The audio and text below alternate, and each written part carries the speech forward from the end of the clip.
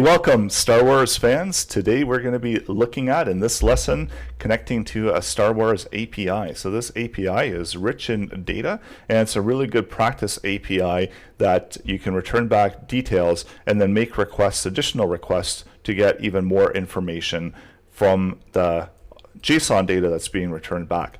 So in this lesson, we're going to be building out the first part of the application where we're going to connect to the API and we're going to build all of the categories. So these are building the different endpoints and listing out the contents of those endpoints. So it's listing out those first 10 items that are available. So we can go under films, species, vehicles, starships, planets, people, and then when you click those, you get additional details about the selection. So we're outputting all of the JSON data, and if it is an object or an array, then we're outputting the contents as a stringified value into the visual area for the user.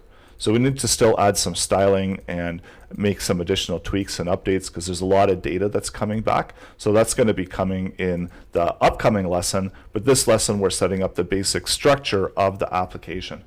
Start by opening up and creating the index file, the index.html file. So this is just the standard template that we've been using in the previous lessons as well. So with a head and then the body, and within the body there's a few HTML elements, so the H1, the input, the button, and a div in order that we can output and produce the output for the user when they create the interaction clicking the button.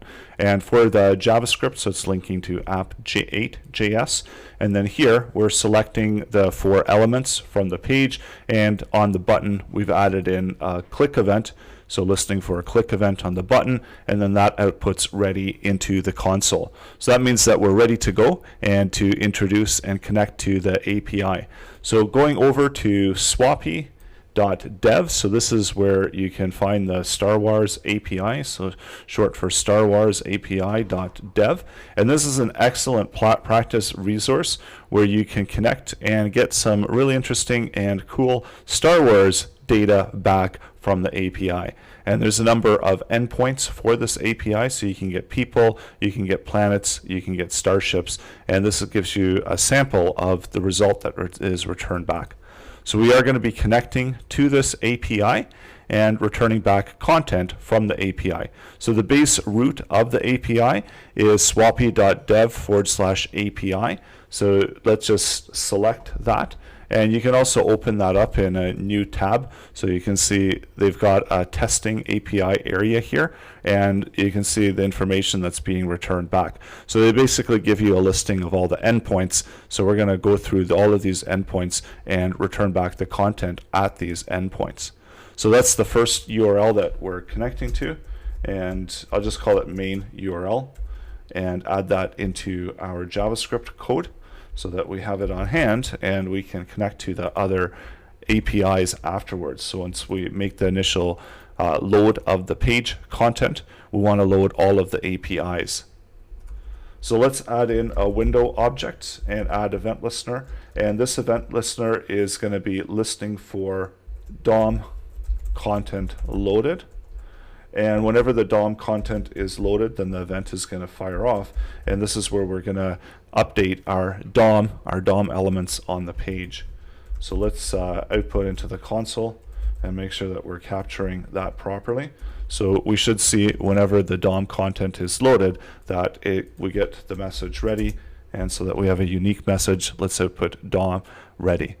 And this is similar to, if you're familiar with jQuery, that the document ready object. So basically the window DOM content loaded fires off whenever the DOM elements are loaded. And that means that we're ready to interact with the DOM page. And if we want to load additional content onto the page, then this is where we can do that.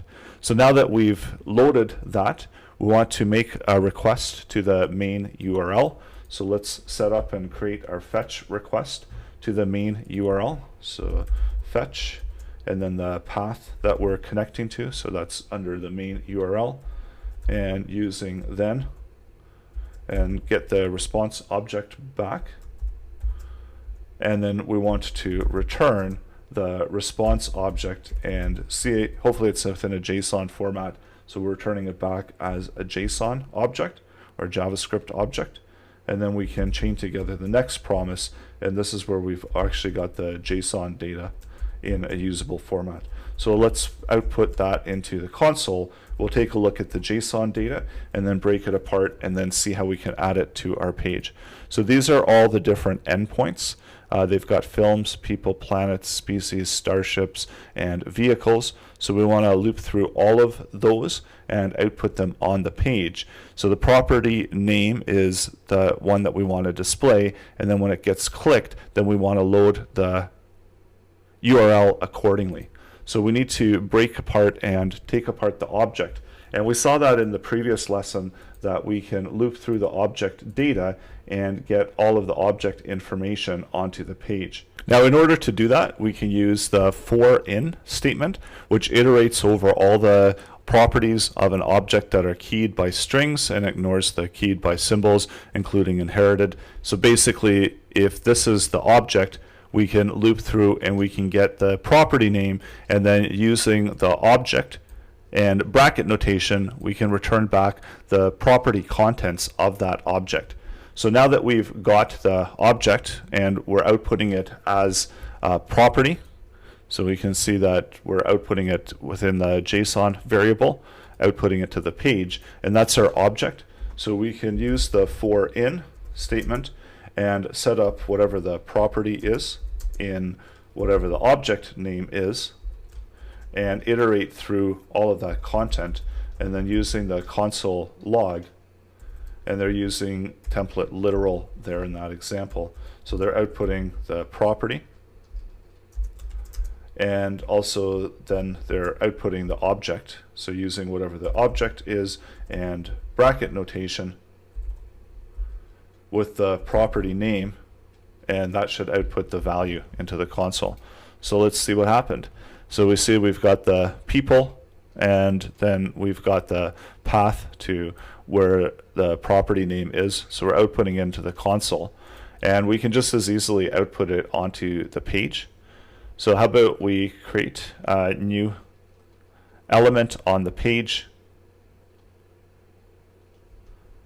or we can update the H1 and list out a bunch of buttons there, so that when those buttons are clicked, that it will provide the user the list of property options. So selecting the H1 element, and typically this isn't ideal, but there's a number of ways that you can produce this. So you can do that within the output, and then we also need an area for outputting content. So I'm not going to use the output, I am going to use the H1, but this is optional, and you can update your HTML as needed. So as we're looping through, let's create a div, or actually this is going to be a button, and I've already used button there. So I'll just rename that to button 1. So we're creating a brand new button, and then document, create elements, and the element that we're creating is going to be a button. And then for that button, adding in the text content of the button. So this is going to be equal to whatever the property value was. And then from the button, let's take the H1 and append the button object to the H1.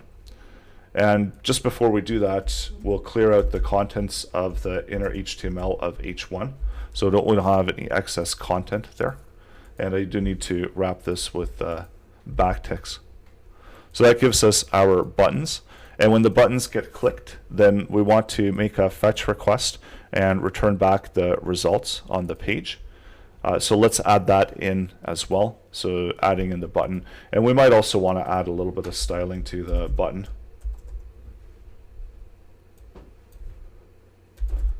I'll add a Z there at the end. So adding in some padding and a border and border radius, so slightly rounded on the buttons. And I'll make the font size bigger and add that class to the button object that we just created using the class list and add. So add the class to the buttons, so nice and big. Also, let's add in the margin. And the reason they're so big is because they're already sitting within the H1. So maybe we actually want to make them smaller.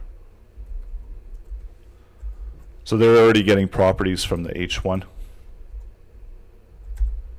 And I usually like to transform the text. So let's just transform it all to uppercase. And then for the buttons itself, add in the hover effect. So whenever they get hovered, and that will update the opacity. And also let's update the cursor to a pointer for the button. So there we've got the buttons, and now we want to make the buttons clickable. So we go back to JavaScript in order to do that. And within the button, so the button object, let's add an event listener. And the event that we're listening for is a click.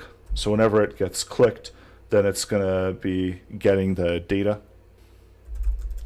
And we'll just keep the function like that and add in the get the data method or function. And we're only going to be passing in the event object and then using the console log to log the event target. So what this is going to be doing is this is going to be picking up the element that initiated the event. And I'll show you how we can pass through the URLs within the object, the element that got clicked. So within the button, we're going to set up a URL and just make it a unique property name, because the button itself is an object and we're able to add properties to that object. And then we pick up the same object using the eTarget. And that way we can reference back and get the URL from the property. And that's going to be contained within the JSON property. And we can also get rid of the backticks here as well. So since we're referencing this button, it's got this URL hidden, and that's the value that we've got there. So that's how we can set up and get the element that targeted it. And if we use the console log and reference the element, then we can get that property value back from within the element. So there we've got the element, and whenever it gets clicked, we're passing through the correct path. So that means that we can use that and output that content onto the page. So let's try that as well. We're going to just output and make a fetch request. And I'll just call it get JSON. And what we need here is a URL to get the JSON from. So make a fetch request to the endpoint, the URL. And then we get the response object and return back the response object as JSON. Then the next promise is where we get the data. And then within the data, we're just going to log it out to the console right now. And then we'll decide what we want to do with it afterwards. So comment that out and update this to get JSON.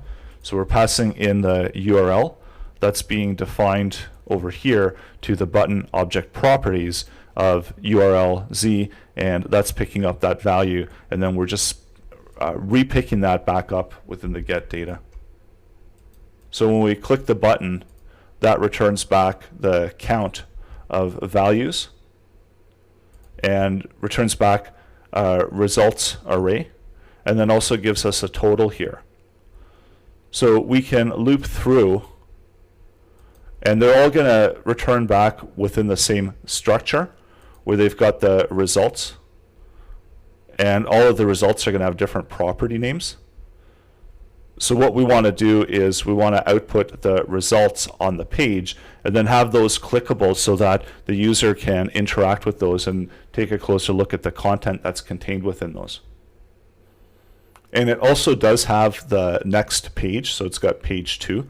So we can paginate the content, move to the next page of the content. So we'll be setting that up as well.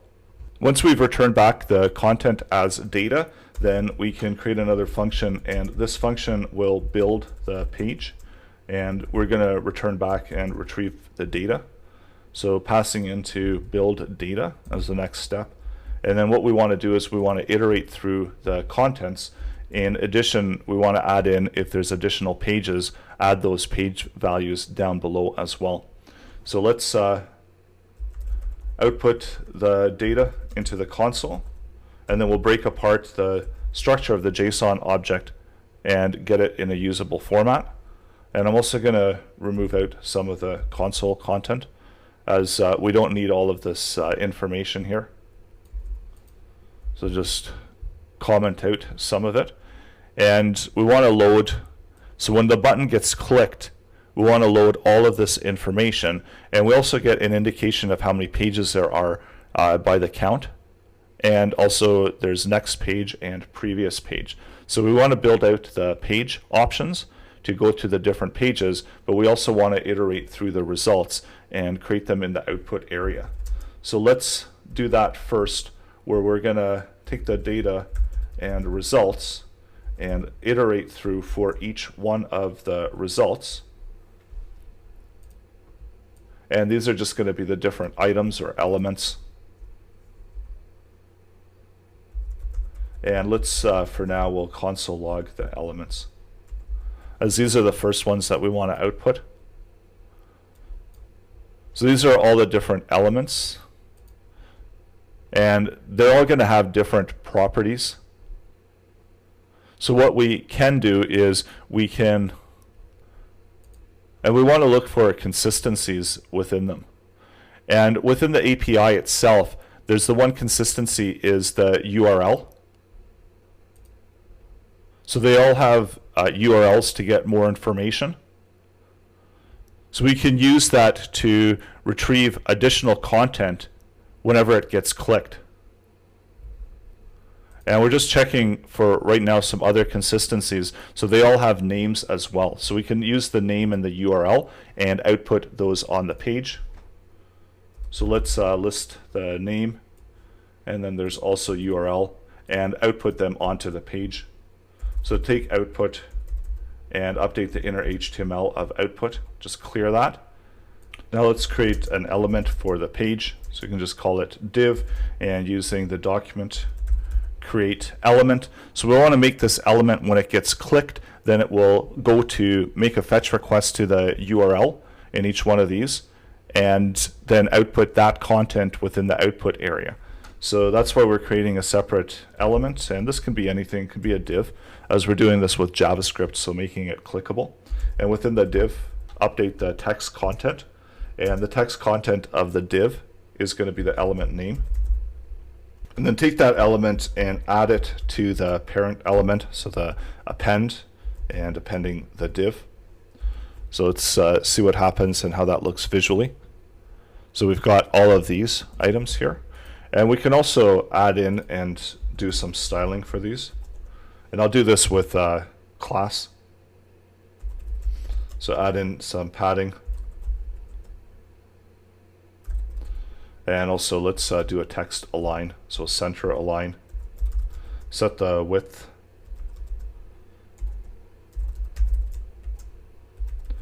And this is also whatever you prefer.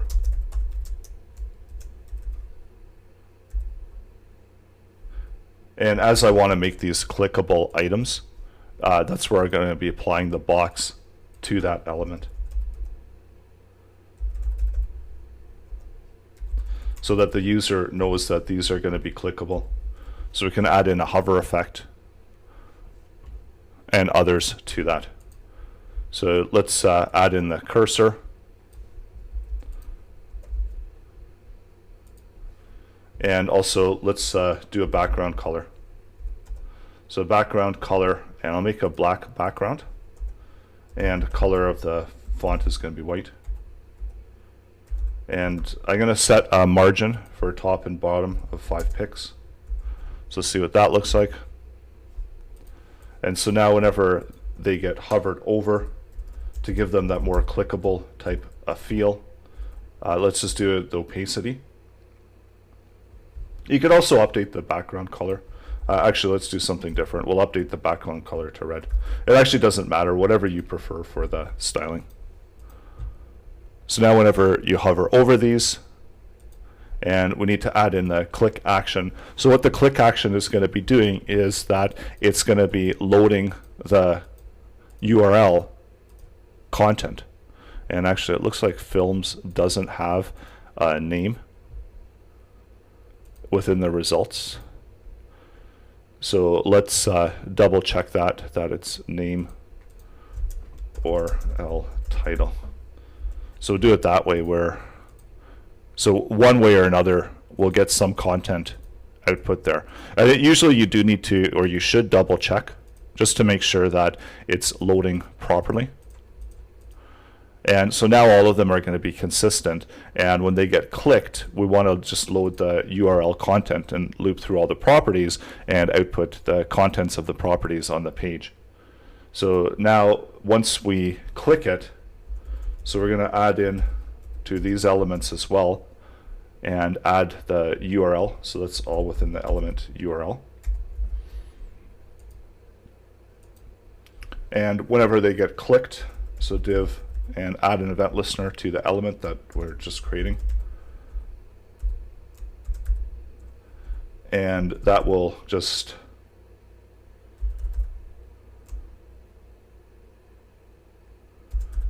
we'll just create a function called show item. So that will be the next function that we're going to work on in the list here. And that's passing in the event target.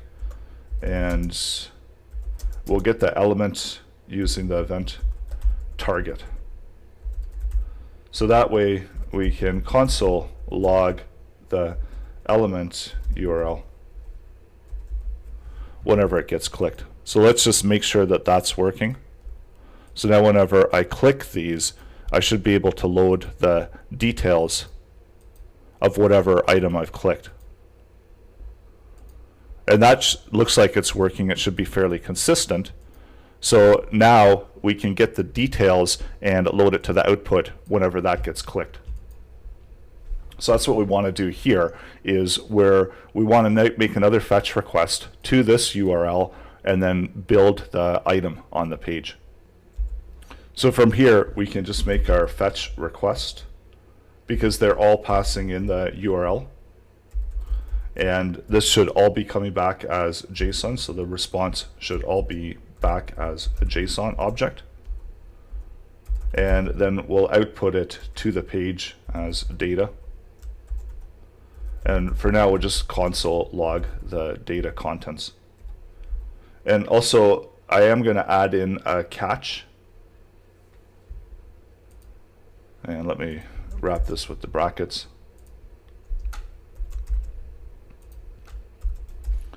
And let's add in a catch in case we have any issues. And we'll get the error contents.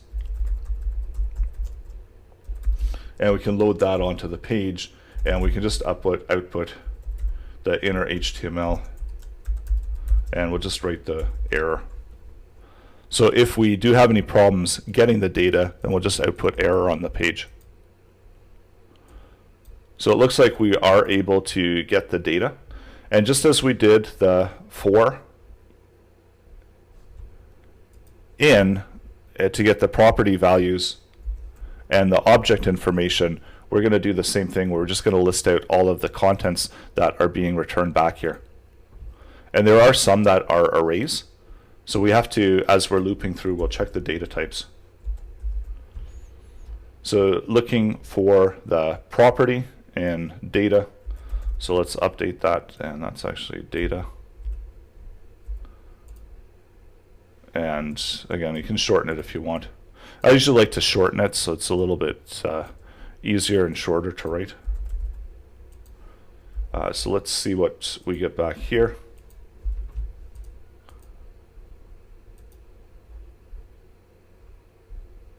So clear that, and let's click one of those and see what we've got. So we've got a listing of the films, so that's within an array, the residents as well. So we'll leave it at that, and you can also, as you loop through, you can see if this particular item is an object or if it's a string value. So you can take the data types and console log the various data types of the elements. And you can get the data type by type of.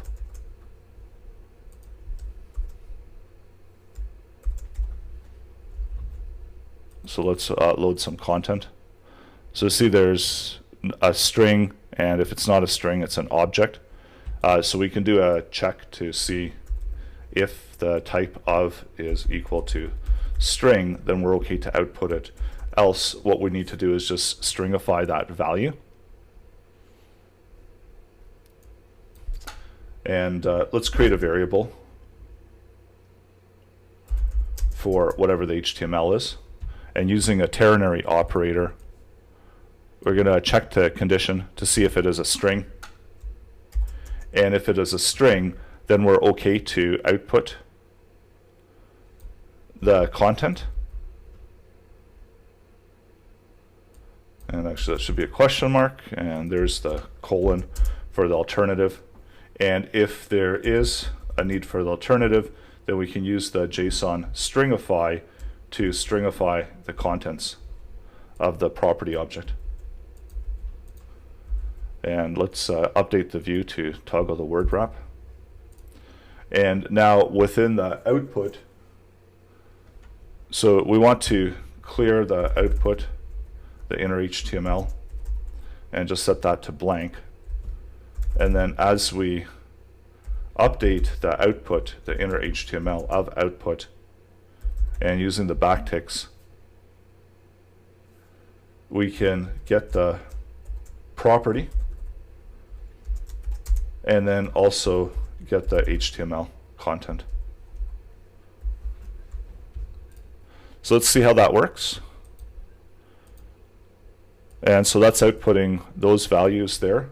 Let's actually separate them as separate divs. So a little bit easier to read. And then of course we can add classes as well. So that's our details there being output. And then the films, because this was an object, it's got stringified. And you can also, within the condition, if you want to break apart the object and loop through the items within the object, you can do that as well. So in this case, it looks like it's producing different endpoints. So you can loop through those and get the details of the endpoints. Test it out just to make sure that it is working. And you're going to be ready to move on to the next lesson. We're going to still doing some tweaks and adjustments to this mini application. The tasks for this lesson are to connect to the endpoint, the Star Wars endpoint, load and create the page elements from the JSON data that's being returned back from the endpoint. So construct your user interface and interaction screen from the data from the endpoint and dynamically generate it. And then also create interactive page elements that load additional content from the page, again, making connections to the JSON endpoint, make more fetch requests depending on what the user selection, and create a dynamic and interactive experience, all generated from the Star Wars API endpoint for users within your web page.